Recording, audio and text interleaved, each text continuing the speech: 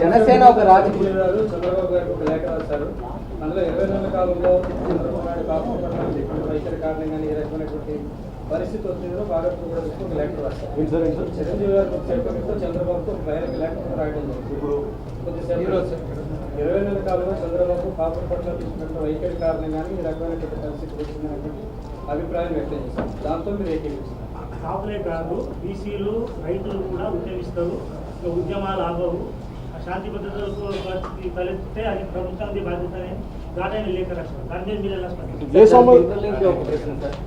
మీరు ఒక రాజకీయ పార్టీగా ఉన్నారు. బీసీలకు అన్యాయం జరగకుండా కాపులను బీసీలో చేర్చడం సాధ్యం అవుతుందా? మీ అవగాహన ఏంటో ఫస్ట్ చెప్పండి. ఇక్కడ మనకి తమిళనాడు ఎగ్జాంపుల్ అవుతుంది. తమిళనాడు దీనికి ట్రీట్స్ ఆల్మోస్ట్ 72% ఎంత 69%. అలా కర్ణాటక ఉంది. కర్ణాటక కొంత చేశారు కానీ కొంత ఆఫ్ చేశారు కర్ణాటక. ఈ పాసిబిలిటీస్ ఉన్నప్పుడు మేబీ దే నాకు ఆ పాసిబిలిటీ కనిపిస్తుంది.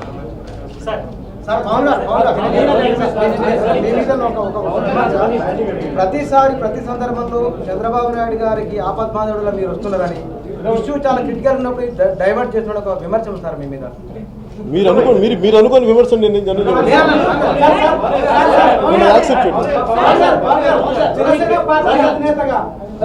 జనసేన పార్టీ అధినేతగా తెలుగుదేశం పార్టీ హయాంలో గతంలో జరిగిన పుష్కరాల దగ్గర జరిగిన తొక్కిసలాట కానీ నిన్న జరిగినటువంటి ఇన్సిడెంట్ కానీ ఇంటెలిజెన్స్ ఫెయిల్యూర్ ఉందా లేదా ఒకటి. రెండోది ఆంధ్రప్రదేశ్ ప్రజలను కాపాడాల్సినటువంటి పోలీస్ వ్యవస్థ అధికార పార్టీ చేతుల్లో కీలుబొమ్మలుగా తయారైంది. అందుకే కావాలని దానికి సెక్యూరిటీ ఇవ్వకపోవడం వల్లే ఈ విషయం జరిగిందనేటువంటిది ప్రజలు చెప్తారు. మీరు జనసేన పార్టీ అధినేతగా ఏం చెప్తారు?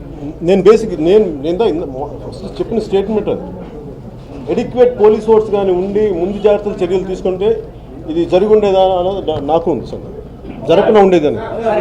జరిగిన సభ సంఘటన బయట వాళ్ళు ఉన్నారు. ఎందుకంటే 13 జిల్లాల నుంచి వచ్చిన వాళ్ళు ఉన్నారనుకుంటారా, కొత్త రాష్ట్రం నుంచి వచ్చిన వాళ్ళు ఉన్నారనుకుంటారా, వేరే క్యాస్ట్ నుంచి వచ్చిన వాళ్ళు ఉన్నారనుకుంటారా? నేను అట్లాగే నేను మామూలు చెప్పేది ఏంటంటే ఇలాంటి సంఘటనలు ఇప్పుడు ఖచ్చితంగా తుని ప్రజలైతే కారు.